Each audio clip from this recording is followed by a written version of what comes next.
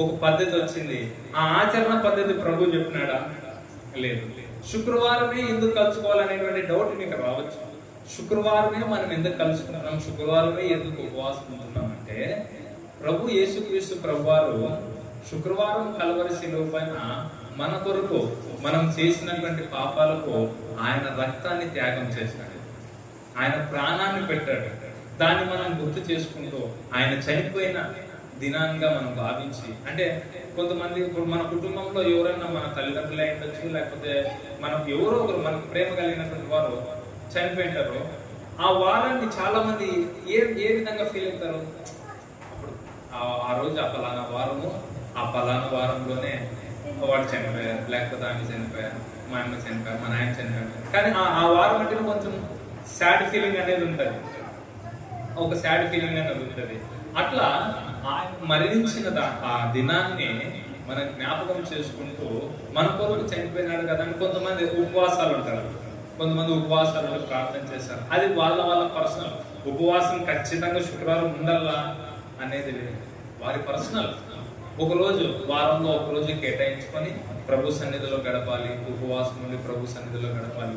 అట్లా గడిపి మన విన్నపాలు ఏమన్నా ఉంటే ప్రభు దగ్గర తెలియపరచుకొని మనం, అంటే ఒక పట్టుదల, మనం అనుకున్నది పొందుకోవడానికి ఒక పట్టుదలతో మనం చేస్తాం కదా, అది ఈ ఉపవాసం. నేను ఉపవాసం ఉండి ప్రభువుని అడిగి ప్రభుతో పొందుకోవాలి. అట్లా ఒక రోజు పెట్టుకుంటారు అనమాట. మనం శుక్రవారం పెట్టుకున్నాం, కొంతమంది శనివారాలు పెట్టుకుంటారు, కొంతమంది బుధవారం, ఎప్పుడైనా పెట్టుకుంటారు. శుక్రవారం మనం ఎందుకు కూడుకుంటున్నామంటే, యేసుక్రీస్తు ప్రభువారు శుక్రవార దినంనే మరణించినాడు.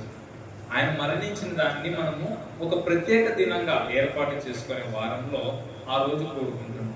మరలా ఆదివారం ఎందుకు కూడుకుంటున్నామంటే, ఆయన మరణించి తిరిగి లేచాడు, పునరుద్ధాన దినం. అది వేరే దినం ఏమి కాదు, అది హాలిడే అని కాదు, ఏమని కాదు.